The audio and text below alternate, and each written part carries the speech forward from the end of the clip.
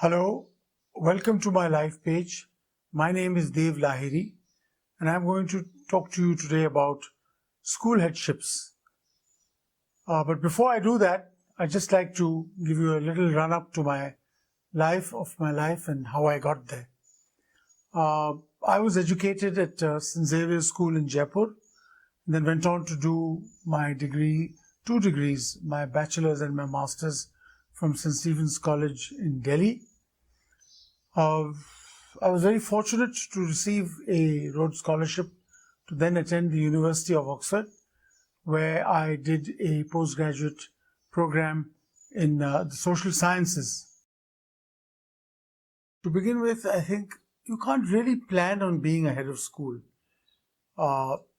There's no real career path. It's not that you join an organization and you say, I'm going up the ladder and I'm going this way and up the ladder by stages. School headship will happen to you if you are a good teacher. To begin with, I think that should be very clear that to be a good school head, you've got to start at the bottom of the food chain with being a good classroom teacher and learning the nitty-gritty of teaching on the ground. First of all is, of course, the business of management, which is a huge word by itself. It encompasses man management, it encompasses financial management, it encompasses administrative skills. So a whole lot of that.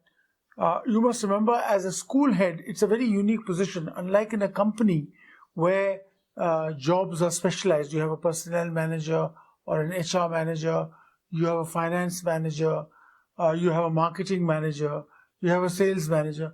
A school head is all those jobs and more. I think one that stands out really is leadership. And again, leadership is a huge canvas. What does it involve? Books have been written about it, and there are courses, MBA courses on leadership. But I think at the end of the day, it boils down to a few essential things. One is being passionate about what you do. Because if you're not passionate about what you do, you cannot communicate that enthusiasm, which is so important for a leader.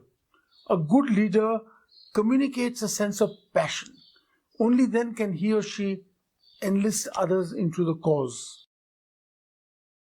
As a school head, you can contribute so much to society. You can be a huge change maker,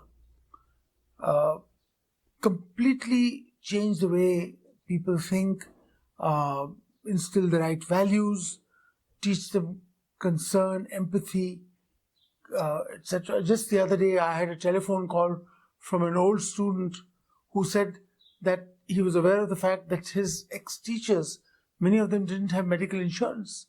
So he and a bunch of other old students are getting together to raise a huge corpus of several crores by which they hope to look after their old teachers, the teachers who taught them, who don't have access to medical facilities. Now, what a wonderful thought that is. It's a very demanding job. It's not a job that you can switch off at 5 o'clock, go to office at 9, and especially when, like me, if you've been in charge of a boarding school, a residential school, you are on call 24/7. You sleep with one eye open and one ear open. And I've done that for over 30 years. And I've enjoyed every minute of it. You're on call 24/7. I don't think any one day is quite like the other. Every day was different. As a head of a residential school, boarding school, every single day, I can tell you, was different. But there was a pattern to it, if I may say so.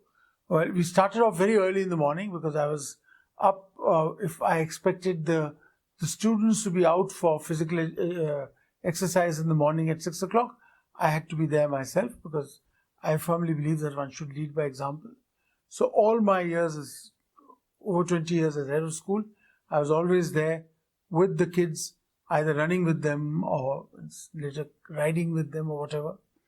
And then after that, the day starts with, it's a pretty structured day in any school, and more so in a boarding school, that you have breakfast, and then you have some classes, and then there's assembly.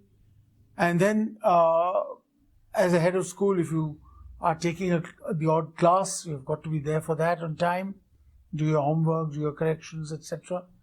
And then you come back to office, and every minute you're dealing with a new situation in office, and that goes on till lunchtime.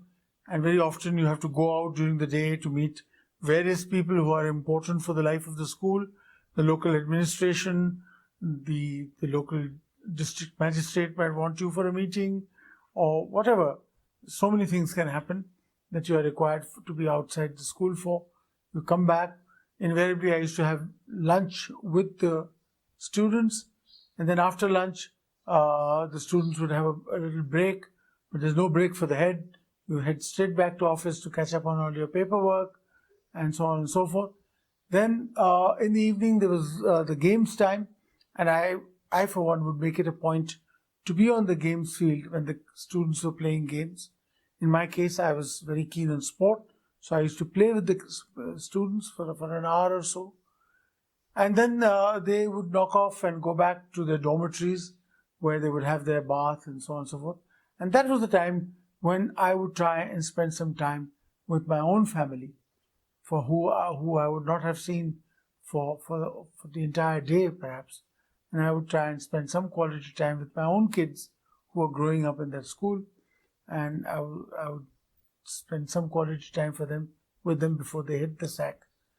And then we would spend time together, my wife and I, and read a book or watch some television, and then go to sleep. But as I said, it was a very fitful sleep, because invariably you would get called out. Some child had hurt himself, or some child had run away, or there had been some case of bullying, or there had been some violation of school discipline, and you had to rush out and deal with that almost every other night.